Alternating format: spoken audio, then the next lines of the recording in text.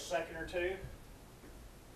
Ladies and gentlemen, call to order the corrected notice of the regular meeting agenda of the Miami Special Utility Authority for Monday, January the 7th, 2013 at 6:01 p.m. Filed in the office of the city clerk and posted in the main lobby and north outside entryway of the Miami Civic Center at 1 p.m. on January the 4th, 2013 by Jeff Bishop, city clerk. The trust may discuss, consider, and vote on any item listed in this agenda. We are called to order. Number 2 is the consent agenda. The following items are on the consent agenda. All items listed under the consent agenda are deemed to be non-controversial and routine in nature by the governing board. They will be approved by one motion of the Miami Special Utility Authority. The items on the consent agenda will not be discussed. Any member of the governing board desiring to discuss an item on the consent agenda may request that it be removed from the consent agenda and placed in its proper order on the regular agenda. Any member of the governing board can also move to add items from the regular agenda to the consent agenda and make one motion and vote to approve. Item A and B. Motion approved as presented, Mayor. Second, Mayor. Trustee Tressler? Aye. Trustee Johnson? Aye. Trustee Sharbit? Aye. Trustee Schultz? Aye. Chairman Ketcher? Aye. Consent agenda has been approved. Item 3, public input. Note, each person will be limited to 3 minutes on agenda items only. The purpose of this agenda item is to provide an opportunity for citizens' comments on agenda items. Trustees do not engage in discussion under this agenda item, and staff members are directed not to. Responses to citizens' comments, if any, will occur under the applicable agenda item or may be reserved for future response by phone call, personal meeting, or posting on the city website. Is there any public input? None. We'll go to 4, other new business, if any, which has arisen since the posting agenda and could not have been anticipated prior to the time of posting. 25 OS State Statutory Authority 311-9. New business. 5, Board of Trustee announcements. You gentlemen have anything you wish to say? No, sir, Mayor. Item 6, staff reports. Written reports are in your packet. Staff is available if you have any questions. Any questions on your packet? Item 7, adjournment. Motion to adjourn. Second. Trustee Schultz? Trustee Tressler? Aye. Trustee Sharbit? Aye. Trustee Johnson? Aye. Chairman Ketcher? Aye. We're adjourned at 7:04. Miami, Oklahoma, Council Chambers of Miami Civic Center here at City Hall at 129 Fifth Avenue Northwest for Monday, January the 7th, 2013 at 6:15 p.m. Filed in the office of the city clerk and posted in the main lobby in the north outside entryway of the Miami Civic Center at 10:45 a.m. on January the 3rd, 2013 by Jill Fitzgibbon, Deputy City Clerk. The City of Miami hereby notifies the public that it will conduct a public hearing before the Miami City Council on Monday, January the 7th, 2013 at 6:15 p.m. in the council chambers of the Miami Civic Center located at 129 Fifth Avenue Northwest for the purpose of receiving citizen input on the submission of an application to the Oklahoma Department of Tourism and Recreation for a Land and Water Conservation Fund grant to construct a splash pad at Rotary Park, 514 Circle Drive in Miami, Oklahoma. The grant request will be for $150,000 in funds that will be matched with $150,000 in labor, equipment, and funds from the City of Miami. Funds will be used to construct a new splash pad, bathroom, fencing, seating, shade structures, and parking area. Miami residents are invited to attend this meeting and comment on the project. For additional information, contact Kim Horn, Park Cemetery Manager at 918-542-6384. Anybody would like to approach, have comments?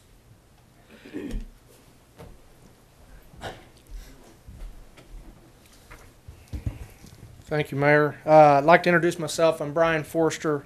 I want to thank everyone for allowing me to speak tonight. I'm wearing 2 hats tonight to this meeting, and one of which is the current president of the Miami Rotary Club, and the second is as a father of a 6-year-old girl and a 3-year-old boy that I think the world of. First, I'd like to speak on behalf of the Miami Rotary Board in regards to the opportunity to bring something like this to Miami.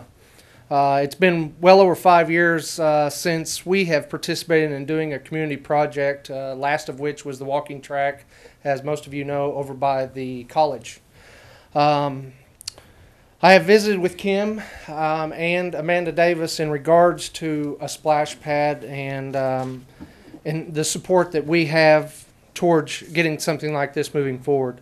I know the local Rotary Club in Grove was involved with a successful splash pad project, and when speaking to Mayor Follis down there, which is also the president-elect of that Rotary Club, they participated in quite a bit to make that happen, and in visiting with him, they're looking at trying to get another one off the ground from the success that they've had with their current one. So I hope that my Rotary Club is as lucky to work on something as they did down there in this city. I think it's well deserved. I'm going to take that hat off now, and I want to speak to you as a father, and I'd like to. I would like for all of you to take great consideration to making this happen for the youth in this town. Give them something fresh and exciting to look forward to on hot summer days. Ask yourself, what do we offer in addition to the current pool for toddlers to the younger teens? The last couple of summers, as you all know, has been unbearable, and to take your kid to the park and let him slide down a metal slide is a little rough, and to say the least can cause a few burns. I know that for a fact. This town shows great pride with what we have in the Coleman Theater, and it should. It's a fine establishment, and I'm very proud of it. I would like to show some great entertainment towards our younger toddlers to younger youth with such a place as a splash pad. I'm asking for you to give us something more for these younger kids to do in this town. I want to stop driving out of town myself and spending my dollars elsewhere, because I will be the first to admit for my kids to be able to do something like this, I have to go to Grove. I would like to be able to stay in town, and I truly believe that we can pull people from out of other towns to come to our town and spend money here as well. That being said, I really appreciate the thought and consideration to getting this project off the ground. I think it's well needed. I think everyone in here knows that. Anybody with small children definitely knows that. So that being said, I want to thank you for your time, and I truly appreciate your consideration on making this happen. Thank you. Thank you for coming this evening. Any other comments from the citizens?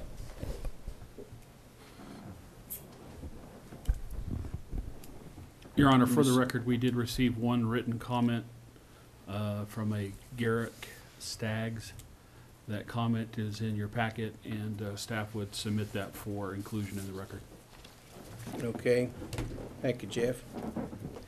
I just wanted to comment, Mayor, this is the very beginning process of completing this application, and we will come back to you. We'll have a lot more public input. I've had a lot of questions today, why the shift to Rotary Park? One obvious reason is it's not in the floodplain, it's centrally located, and we already have infrastructure there that would reduce the cost of having to start somewhere else from scratch. We will discuss this at Parks Board on the 15th and then come back to you for approval to sign the actual application. Any questions, gentlemen, on Kim's information? How long does it take is there a time you have to have it in by? I have to have it in by January 31st, and it's administered by the Oklahoma Tourism and Recreation Department, which is the same entity that administered the trail grant. We knew within 4 months. So I'm hoping that it's right in that time frame. I would say by June. Jeff, do you have anything? No, sir, just other than the written information that I submitted to you earlier today. Okay. So Kim, if we get approved, the timeline we would be looking at would be for the next swim season? Is that? Right. I mean, at this late date and once the funds would be approved. But, you know, also right now we are in the process of evaluating the municipal pool. I've narrowed it down to 2 firms that we did get requests for qualifications from, and we're getting ready to finalize which one of them we want to go with and come back to you with some hard facts about what kind of, costs we actually do have at the pool, which of course will affect not just the pool facility, but how we handle the wading pools moving forward also, so. Any comments, David? I think- No, sir. Okay. Mr. Lillard? I'm really here for the next meeting, but Would you My name- identify yourself? I will. My name is Rich Lillard. I'm a resident of Miami, and I too share the same sentiment as Brian does. We've actually been to Grove. My family, my 3 little boys, my wife's taken them to Grove several times to the splash pad. And before that, they went to Pittsburgh to the water park before Miami really improved their pool. And kudos to Miami, because that pool is really something special there. And so, and I thought about the trips that we've made down there, or they've made down there. I met them down there one time because we do some business in Grove, and we went out to eat after that. I don't know if it's a big economic impact to the city, but it is a quality of life issue, and I know I've been before you guys lately about some quality of life issues. So anyway, there's my 2 cents. Thank you. Hey, thank you. Any other voices to be heard?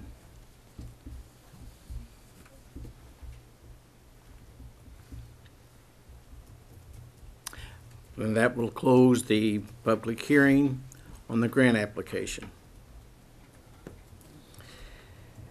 And we'll go into the revised notice of regular meeting and agenda of the Miami City Council for Monday, January the 7th, 2013 at 6:25.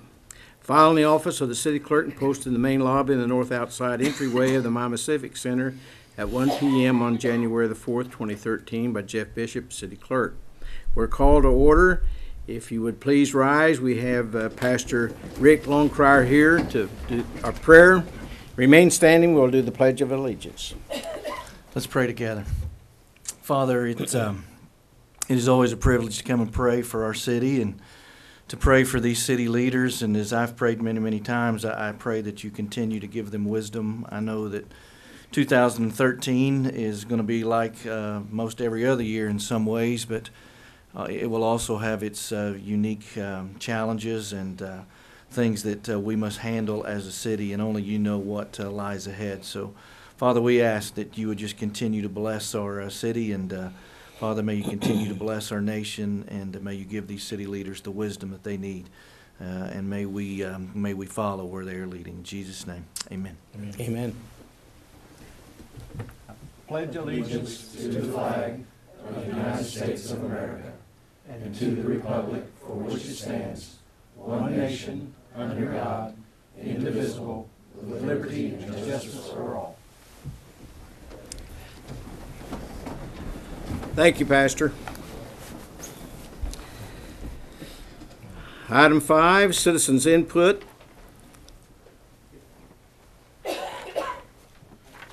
Each person will be limited to 3 minutes on agenda items only. The purpose of this agenda item is to provide an opportunity for citizens' comments on agenda items. Council members do not engage in discussion under this agenda item, and staff members are directed not to. If you seek discussion or inquiry, please contact your council member, the mayor, or the office of the city manager. Responses to citizen comments, if any, will occur under the applicable agenda item or may be reserved for future response by phone call, personal meeting, or a posting on the city website. Any citizen input this evening? If not, we'll go to item 6, consent agenda. The following items are on the consent agenda. All items listed on the consent agenda are deemed to be non-controversial and routine in nature by the governing board. They will be approved by one motion of the Miami City Council. The items on the consent agenda will not be discussed. Any member of the governing board desiring to discuss any item on the consent agenda may request that it be removed from the consent agenda and placed in its proper order on the regular agenda. Any member of the governing board can also move to add items from the regular agenda to the consent agenda and make one motion and vote to approve. So we have items A, B, and C, D, E, F, G, H, I, and J. Gentlemen, what's your pleasure? Motion to approve. Second. Councilman Schultz? Aye. Councilman Tressler? Aye. Councilman Johnson? Aye. Councilman Sharbit? Aye. Mayor Kitcher? Aye. All ayes, they have all passed. Thank you, gentlemen. 7, executive session to pursuant to 25 OS Section 307B4 for confidential communications with the city attorney concerning a pending investigation of claims.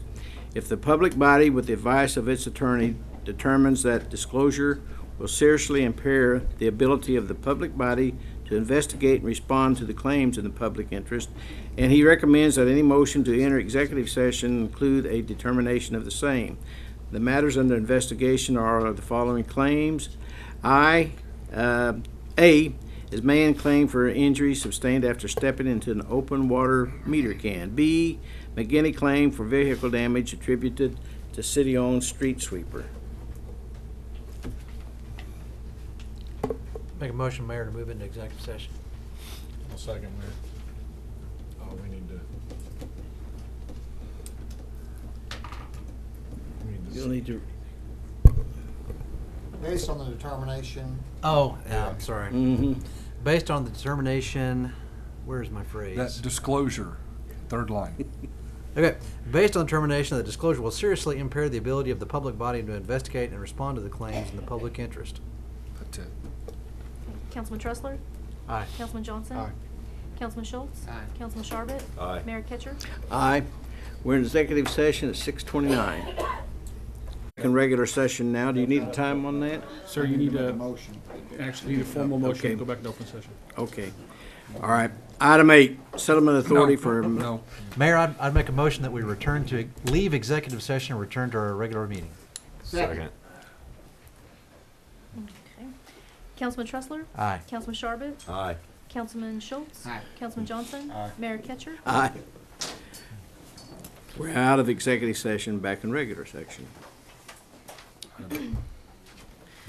Okay, item 8, settlement authority for Mann and McGinney claims. No action. 9, resolution declaring a general election April 2nd, 2013 to elect council members for Ward 1 Northeast and Ward 2 Northwest. David Anderson? Mayor, members of the city council, you should have before you now, if you didn't earlier, a resolution. Basically, just very basic, we do this every year or two. We ask you under state law to declare that a general election should be held.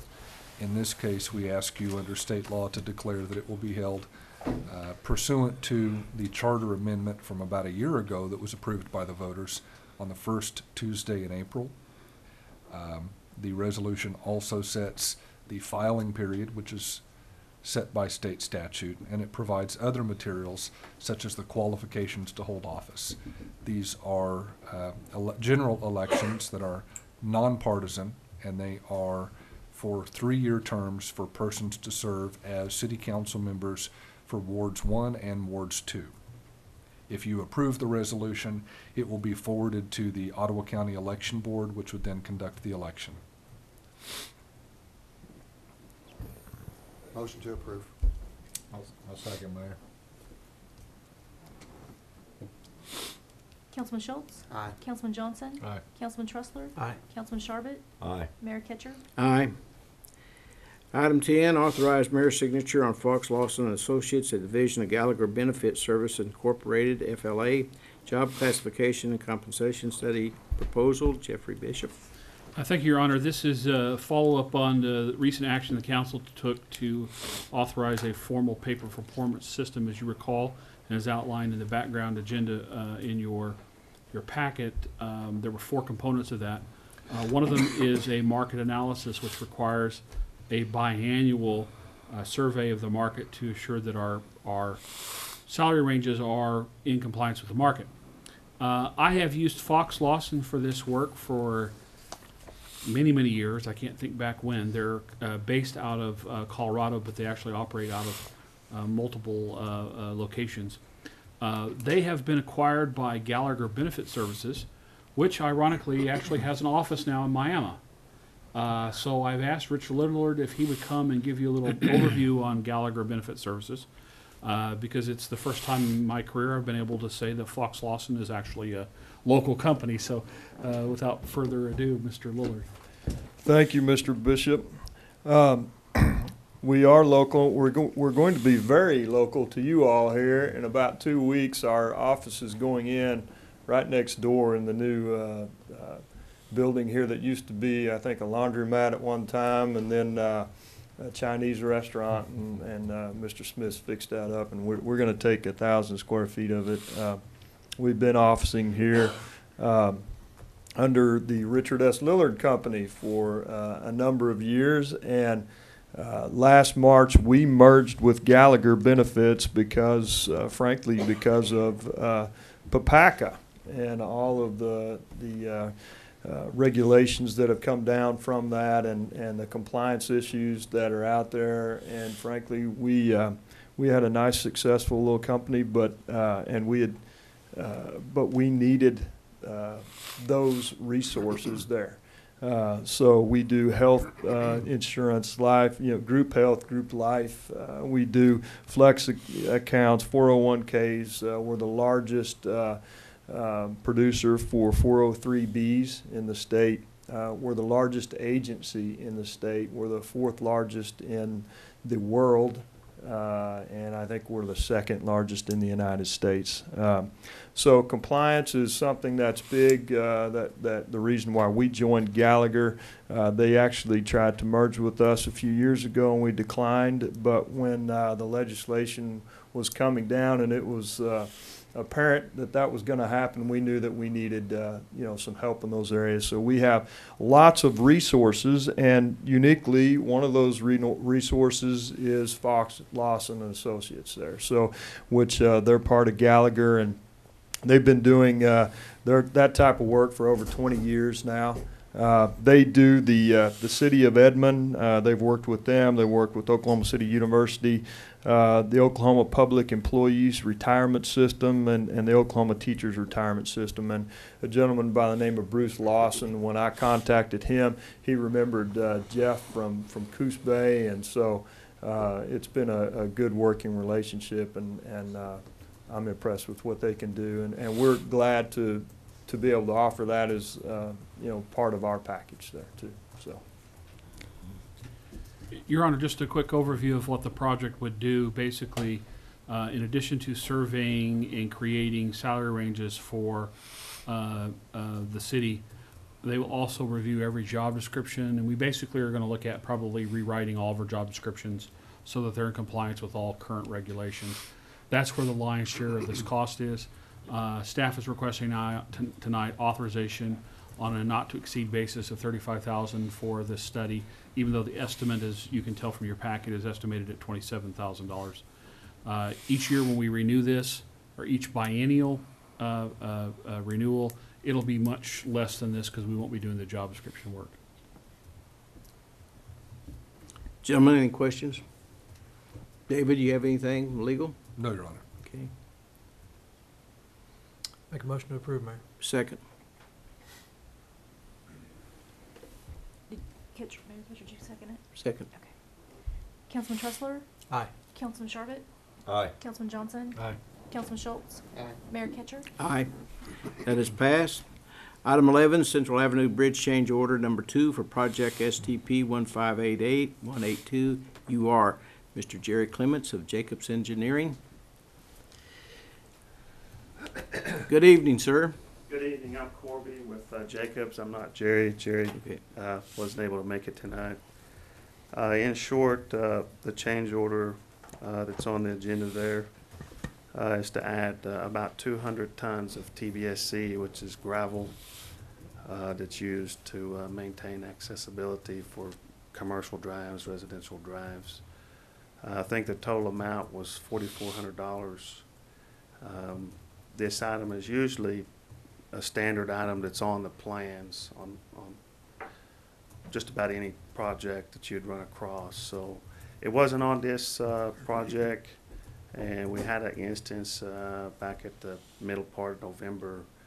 It was essential to get it put down. So contractor put together a proposal, and we got the price run through Division 8, approved to Division 8, and ultimately it come up to $22 per ton and 200 tons. So if there's any questions, I'm can sorry, answer. I didn't catch your name. Corey? My name is Corby, Corby. and I'm the assistant resident engineer for Corby, Jacobs. does the change order provide additional time to the contractor?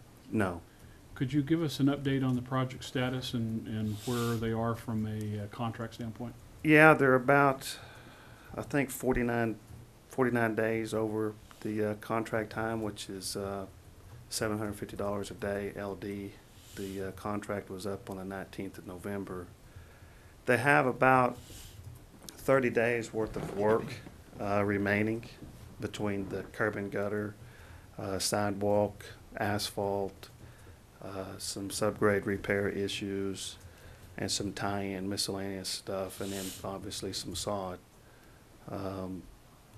Percentage of funding, about 80%.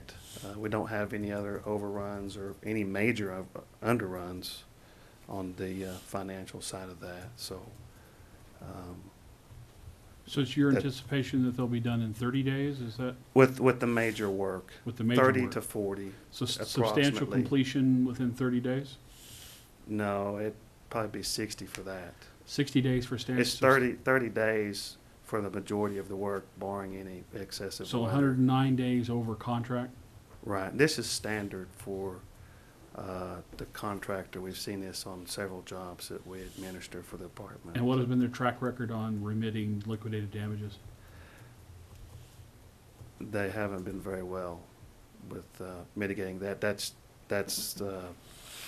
what we've seen from them. And just for the record, Your Honor, we wanted to officially point out that the city of Miami is not administering this project. This project is being administered by the Oklahoma Department of Transportation. And so traffic on the bridge then in, Can't do that until the asphalt is laid and the striping is complete and the signs and all the other safety features and appurtenances are in approximately place. what month will that be? Mid-February-ish. But even though the total project's not We can done- open the project to traffic once a substantial completion date is reached, and you're looking at 40 days approximately for that. So in time for spring break, is that what you're saying? I would think so, definitely, by that.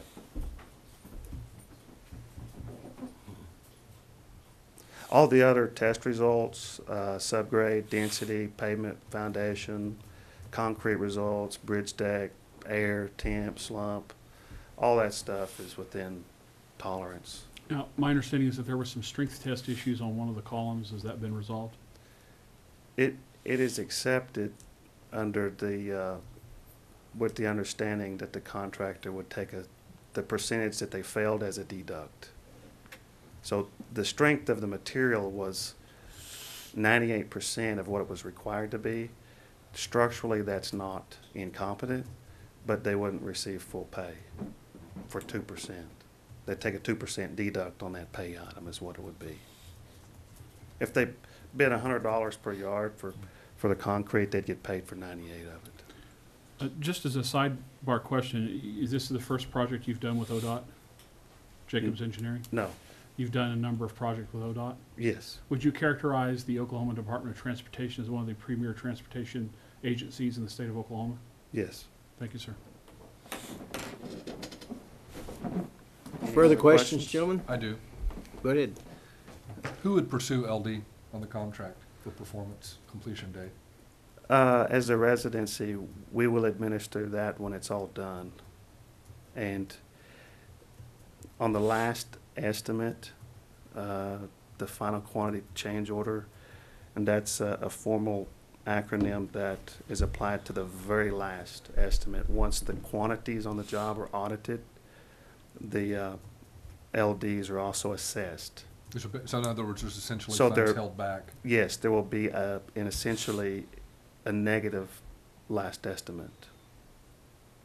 in the case the contractor would owe money instead of having a few dollars that needed to be paid off on the last estimate. Now, the contractor probably knows that. They're aware of that. Do you find any kind of work slowdown or other increased problems with, say, communication or performance when dealing with a contractor who knows they're going to face a negative final assessment? No, we haven't noticed it detrimental. They're just slow. Okay. I mean, they've been slow on other projects within the state, and I can't answer for that. Do you ever see legal action to collect outstanding LD at the end of these projects? They usually don't get that far. Why? They usually seek to not take it to a legal standpoint, in the sense that if the money is owed, the contractor accepts it and moves on. It's rare that they don't, because then you can take it to their bonding company, and they don't want to do that. Okay, thank you. Tyler, you're present. Do you have anything to add or make any comments? Yes, sir. Well, when we were there about 3 weeks ago, when we talked to the gentleman at that time, he's having a problem keeping workers. Yes, He sir. can't, having local people or wherever they come from to work on this bridge. Yes, sir. He had talked about he has had trouble hiring people to work, but as of right now, he's full Okay. staff wise. So Well, the day we were there, he was happy. He was only one worker Yes, sir. short. But he said when he's more than one worker, it affects everything else. yes, sir. Slow down. Today we were out there and they've actually started to do the curb Okay. on one side. So it is. The curb and gutter was completed today. Yeah. Just, it was one day. That's the east end. For the west side. Yep. I saw him working on the east end down there on the Yes, sir. curbing. Yeah. Okay. It's been some time since I worked concrete, but I'm gonna assume there was an additive in the mix for the temperature, for the hydration. The temperature is not detrimental unless the concrete freezes. And as far as additive, they'll have a water reducer. Okay. But for concrete, the most detrimental part is heat, and then frost at this time of year. So as long as it's maintained 40+ degrees through the night, a couple days to cure, it's fine. It can't freeze, so as long as it's not frozen, it's fine. They had blankets all over, whatever they call those Yeah, things. blankets, burlap, Yeah. insulation blankets on the Yep. bridge decks. Okay. Any other questions, gentlemen? Thank you, Tyler. Thank you. Yep. Thank you, sir.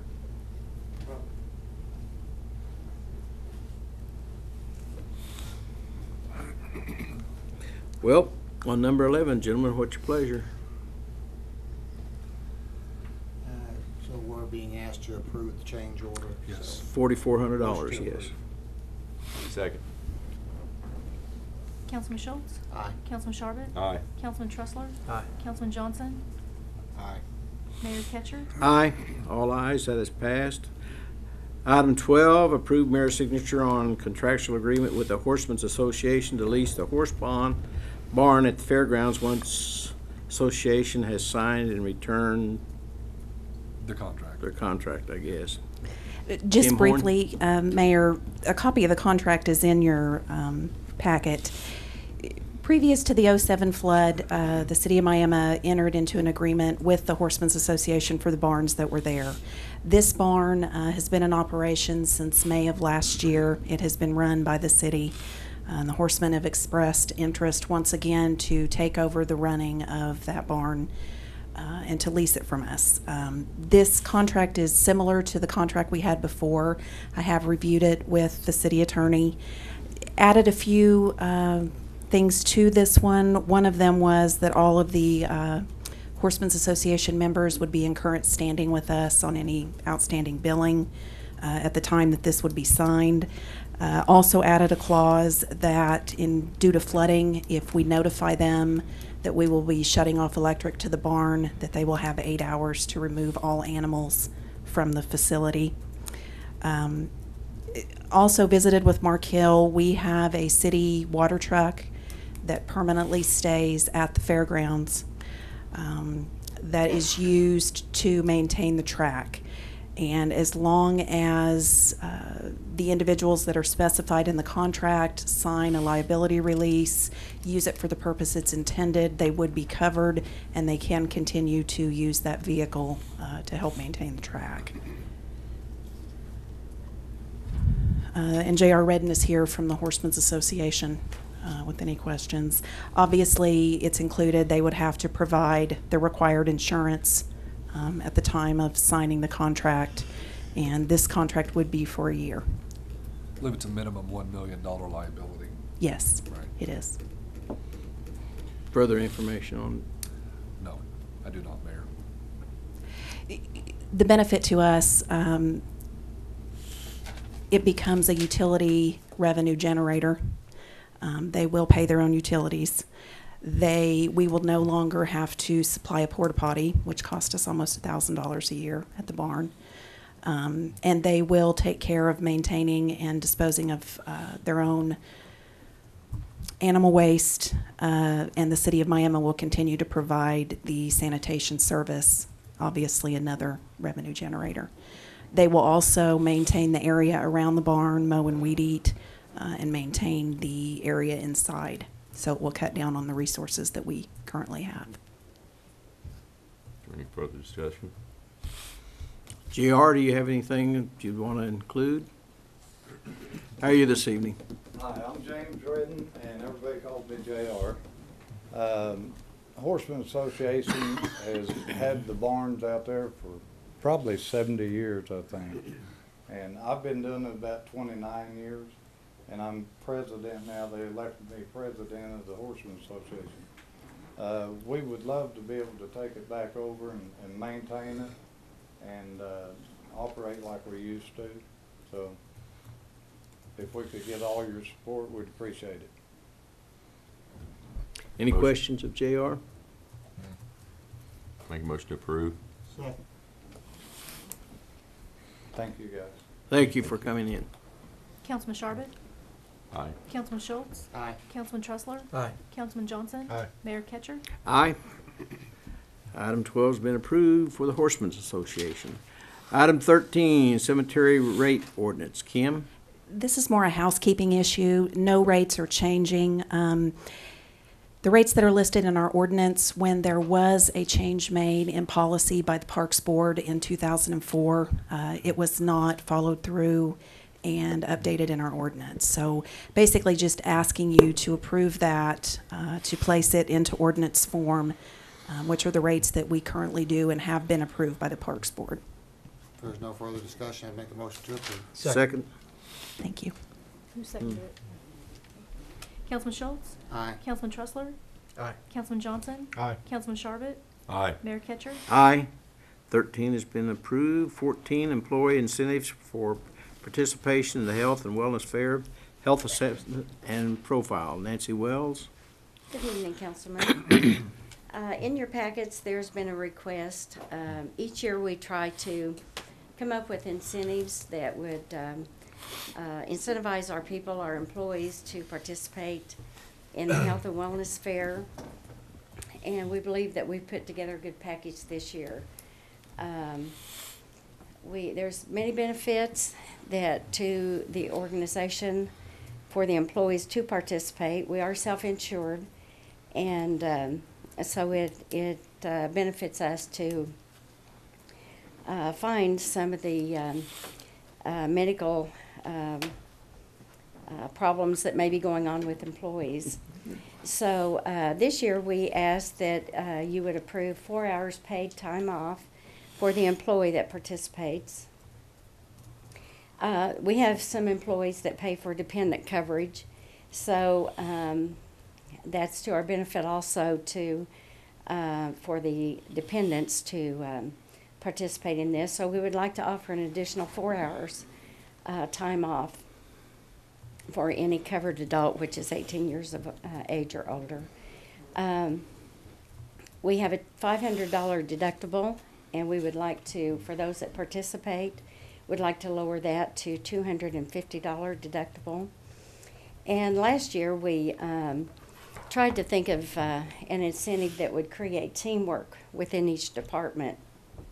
And Mr. Bishop has been very supportive and has encouraged teamwork. So this year, we would like to offer for any department that has 90% participation, that each employee within that department would have an additional day off.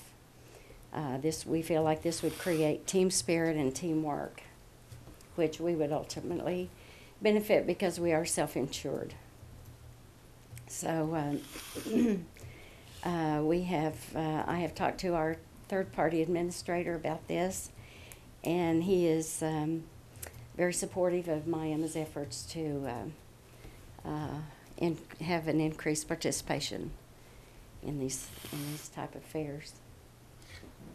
Nancy, if I were an employee and my spouse were covered and I also had a dependent child covered, and all three participated, then that would be 3 half days for the participation, is that Well, correct? I don't know that we have that situation, but it's 4 hours for the covered adult, and we did not address. You could address that if you wanted to. And Well, I thought the way you explained it, you said additional covered adult 18 or over, and I'm assuming that there are some employees with children that may be in college that would fit into that category. There could be. We just have not had them to participate, but there could be. We have a few, but maybe 2 or 3. Jeff, do you have information in that area? No, sir. I think it's just, this is the bifurcation, if you will, is based on the way the premiums are structured. That we have a family paid for by the employee. So if since the employee is paying for it, if they bring their family, we give them an additional 4 hours for family. But it's not 4 hours per dependent. It's whether or not you have family members that come. Yes. Okay. Yes. The intent Yes. is to allow us to do a lot of early screening for things in the event that we can hopefully prevent some long-term illnesses to that effect. And I think we've actually had some success We've had many. with this in the past. So there's real definitive benefit to the city to catch those things in advance so that we can avoid paying for large claims later on. So you're strongly supporting this? I'm very strongly supporting Okay. of preventive care. So we need a motion. Make a motion to approve. Second. Councilman Schultz? Sharp. Sharbutt, sorry. Aye. Councilman Tressler? Aye. Councilman Johnson? Aye. Councilman Schultz? Aye. Mayor Ketcher? Aye, that is passed. Item 15, recognition of 10 years city employee Jamie Tallman. Kim Horn. I'm going to ask Jamie to come up here. I always think that Jamie is aptly named Tallman. His mother chose the right name for him. James Tallman has been employed by the city of Miami since January of 2003. He started as a journeyman tree trimmer, and after 6 months, he became tree foreman. Jamie also worked as a lineman before becoming assistant parks and sports manager. He's married to his wife, Angie, and they have 4 children, Michael, Andrew, Alyssa, and Jordan. And Jamie will receive $25 in chamber bucks. I just want to brag on Jamie. Nobody in the city of Miami has a better attitude than Jamie does. No matter what's going on, he's always positive. We get so many compliments when he works with groups, whether it be at the fairgrounds or whatever we're doing. So very much appreciated. Thanks, Jamie.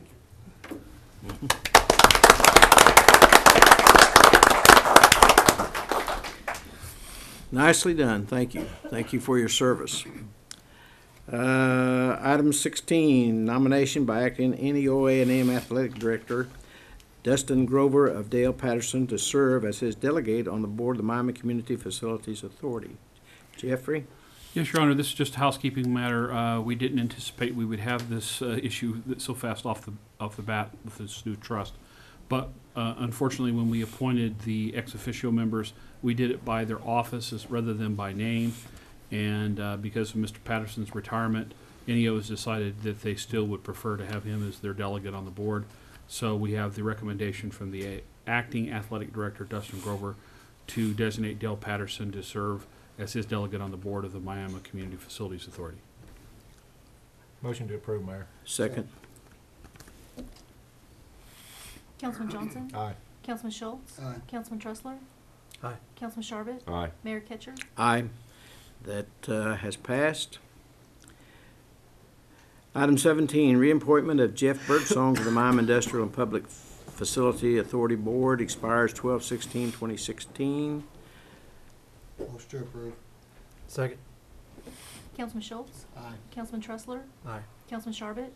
Aye. Councilman Johnson? Aye. Mayor Kitcher? I don't think I vote on my recommendations, do I? No. Or do In fact, I looked at that again today, Mayor. I? I don't. You don't. That has passed. 18, reappointment of Dorothy Leonard to the Miami Housing Authority, expires 1/3/16. Motion to approve. Second. Councilman Schultz? Aye. Councilman Tressler? Aye. Councilman Johnson? Aye. Councilman Sharbit? Aye. That is passed. 19, reappointment of Bonnie Melton to the Miami Housing Authority, expires 1/3/2016. Motion to approve. Second. Councilman Sharbit? Aye. Councilman Schultz? Aye. Councilman Johnson? Aye. Councilman Tressler? Aye. That is passed. Item 20, reappointment of Colby Allen to the Miami Development Authority, expires 2/17/2016. Motion to approve. Second. Councilman Tressler? Aye. Councilman Schultz? Aye. Councilman Sharbit? Aye. Councilman Johnson? Aye. That has passed. Item 21, reappointment of Bless Parker to the Miami Development Authority, expires 2/17/16. Motion to approve, Mayor. Second. Councilman Johnson? Aye. Councilman Schultz? Aye. Councilman Sharbit? Aye. Councilman Tressler? Aye. That is passed. Item 22, reappointment of Vicki Lewis to the Miami Parks and Recreation Advisory Board, expires 1/2/2016. Motion to approve. Second. Councilman Schultz? Aye. Councilman Tressler? Aye. Councilman Sharbit? Aye. Councilman Johnson? Aye. That motion is passed. Item 23, other new business, if any, which has arisen since the posting of the agenda and could not have been anticipated prior to the time of posting, 25 OS, State Statute 311-9. Any new business? Gentlemen, you have anything? Public none. Item 24, Mayor and Council Community Announcements. You all got anything you want to say? I'm with you guys. Being none, will I move to 25, City Manager's presentation on compression of public trust and chart of accounts. Your Honor, due to unforeseen obstacles, I did not complete my presentation for tonight. Would request the item be tabled until the next council meeting. Okay. Table or no action? Table. Make a motion to table. Second. Okay, Councilman Schultz? Aye. Councilman Tressler? Aye. Councilman Johnson? Aye. Councilman Sharbit? Aye. Mayor Kitcher? Aye. 26, staff reports. Written reports included in your packet. Staff is available for questions if you have any. Is there any? None. 27, that magic word, adjournment. Motion adjourned, Mayor. Second. It always depend on you. Councilman Tressler? Aye. Councilman Sharbit? Aye. Councilman Johnson? Aye. Councilman Schultz? Aye. Okay. We're adjourned. What,